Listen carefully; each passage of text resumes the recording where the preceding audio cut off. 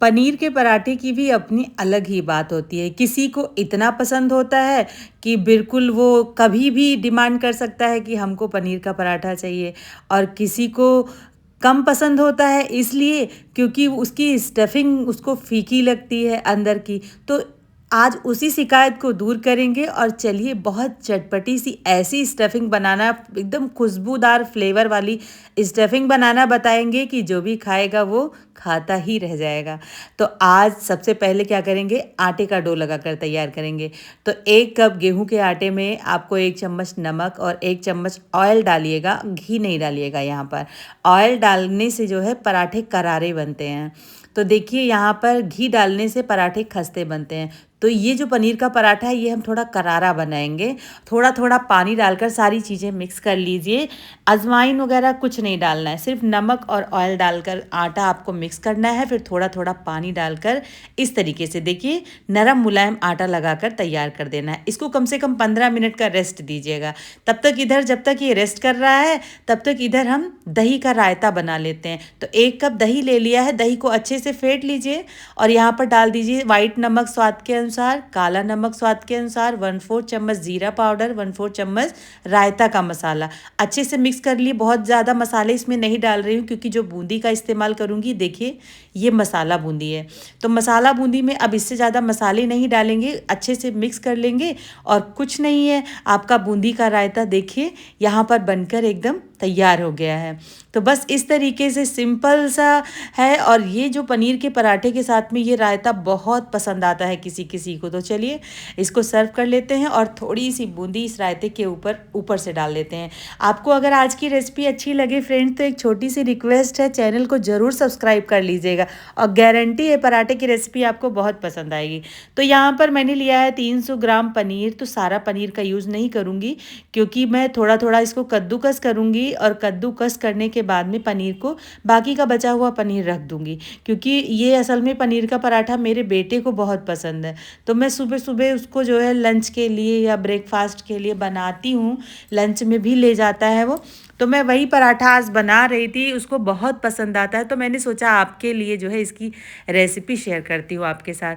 अब देखिए पनीर कद्दूकस हो जाए तो एक ज़रूरी बात है यहाँ पर, सबसे पहले आप 1 चम्मच भर के इसमें कसूरी मेथी डालिएगा, जिसकी वजह से आपके पराठों में बहुत अच्छी खुशबू आएगी।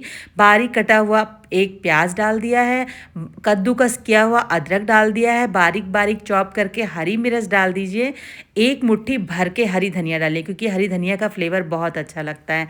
नमक ऐड करिएगा यहाँ पर स्वाद के अनुसार।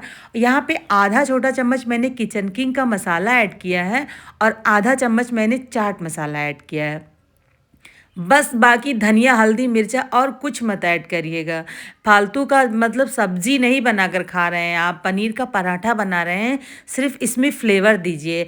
एक जैसे चाट मसाले का हो गया, एक बहुत अच्छा टेस्ट आता है कसूरी मेथी का हो गया, जिसकी वजह से पराठा महक जाता है बनाते समय, और दूसरा फ्लेवर आपका हरी धनिया का हो गया, और प्याज और अदरक हरी मिर्च का टेस्ट हो गया।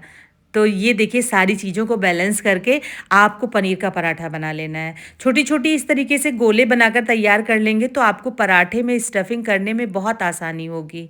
तो इस तरीके से जब हम जो है बनाकर रख लेते हैं तो बार बार हमारा हाथ नहीं गंदा होता है, और पराठे बनाते समय हाथ गीला होगा, फिर उसको धुलेंगे, फिर हम उसको पोंछेंगे। तो उससे अच्छा है कि एक ही बार में ये काम फिनिश करके मैं तो रख देती हूँ साइड में।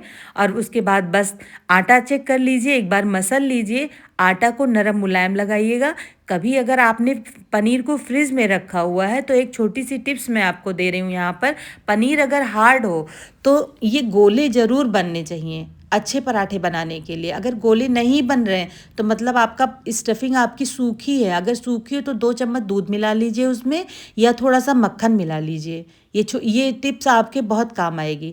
अब बस इस तरीके से हाथों से लोइया तोड़ लीजिए। इस तरीके का पराठा तो मैंने आपको बनाना पहले भी बताया ही है।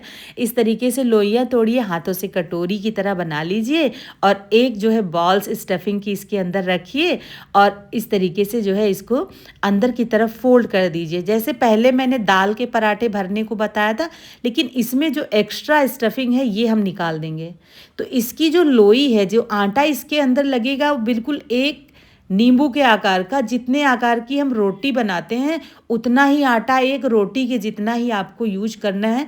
बहुत ज़्यादा आटा नहीं यूज करना है कि आटा ही आटा मुंह में आए, पनीर का टेस्ट ही ना पता चले, तो ऐसे नहीं करना है। अब इसको इस तरीके से हाथों से जो है घुमा घुमा कर रोल कर लीजिए। रोल करने के बाद में हल्के हल्के बेलन से चलाते हुए तब तक बेलिए जब तक अंदर से हल्की हल्की स्टफिंग दिखने ना लगे।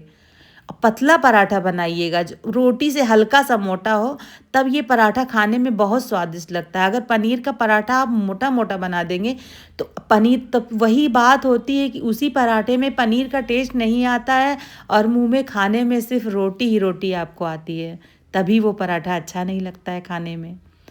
और सब एक बात का और ध्यान रखिए, देखिए मैं आपको दिखाती हूँ कितना पतला मैंने पराठा बनाकर तैयार किया है। इस तरीके से बनाइएगा। सेकने के बाद भी अभी आपको मैं फाड़ के दिखाऊंगी। तो बस गर्मा गर्म तावे पर इधर चढ़ा दिया है मैंने गैस पर। थोड़ा सा घी लगा लीजिए सबसे पहले, पराठा डालने से पहले, और उसके बाद में इस पर पराठा डाल दीजिए। एक तरफ से पराठा हो जाए, हल्का सा घुमाइए, चिपकेगा नहीं बिल्कुल भी तावे पर। अगर हल्का सा घी लगा दोगे और तुरंत पलट दीजिए, पलट कर इस तरीके से सेक लीजिए। हल्की हल्की स्टफिंग जब ऊपर दिखेगी, खाने में पनीर का पराठा तभी बहुत अच्छा लगता है। कोई भी पराठा हो, स्टफ्ड पराठा जो भी होता है जिसमें हम भर के बनाते हैं। अब दूसरे तरफ से भी हल्का सा घी लगा लीजिए। एक बात और ध्यान रखिएगा कि जब भी आप इस मतलब पनीर का पराठा बनाने चलें, तो सबसे लास्ट में कोई भी पराठा स्टफिंग का, तो सबसे लास्ट में जिसमें हम प्याज डालते हैं, जिसमें हरी धनिया डालते हैं, इस तरीके का जब पराठा है तो पहले आप डो लगा लीजिए, सारी तैयारी कर लीजिए, सबसे लास्ट में स्टफिंग बनाइए। कि स्टफिंग बनाने के बाद तुरंत आप पराठा बनाना स्टार्ट कर दीजिए, तो आपकी स्टफिंग कभी ख़राब होगी ही नहीं। क्योंकि 5-10 मिनट उसको लगता है पानी छोड़ने में, उतनी देर में तो आपका पराठा बनकर तैयार हो जाएगा। तो देखिए कितना अच्छा करारा करारा पराठा बनकर तैयार हुआ है। आज की जो कुछ टिप्स एंड ट्रिक्स मैंने आपको दिया है, आई होप आपके बहुत काम आएगी। तो कैसी लगी आपको आज की रेसिपी कमेंट करके बताइएगा।